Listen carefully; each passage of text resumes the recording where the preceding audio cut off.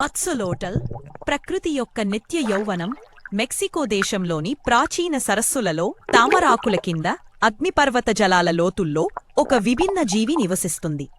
దీన్ని శాస్త్రవేత్తలు ప్రకృతి యొక్క పీటర్ పాన్ అని పిలుస్తారు.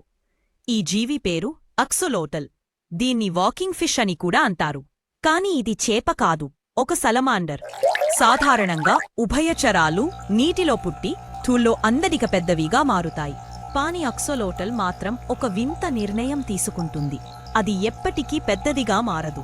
ఇది తన గిల్స్, బుల్లల వంటి ఊపిరితిత్తులు, నీటిలో ఈదే శరీరం, చిరునవ్వుతో కనిపించే ముఖాన్ని ఎప్పటికీ అలాగే ఉంచుకుంటుంది. ఈ స్థితిని శాస్త్రంలో నియోటనీ అంటారు. కాని దాని రహస్యం ఇక్కడితో ఆగిపోదు. అక్సోలోటల్ తన కాలు, తోక లేదా గుండెభాగం కోల్పోయినా మళ్లీ పూర్తిగా తిరిగి పెంచుకోగలదు. వెన్నుపూస భాగాలను కూడా తిరిగి పునరుద్ధరించగలదు. ఇది మరే ఇతర వెన్నెముక కలిగిన జంతువుకు సాధ్యం కాదు.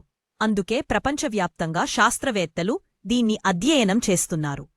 మరిన్ని వీడియోల కోసం లైక్ చేయండి, మరియు సబ్స్క్రైబ్ చేయండి.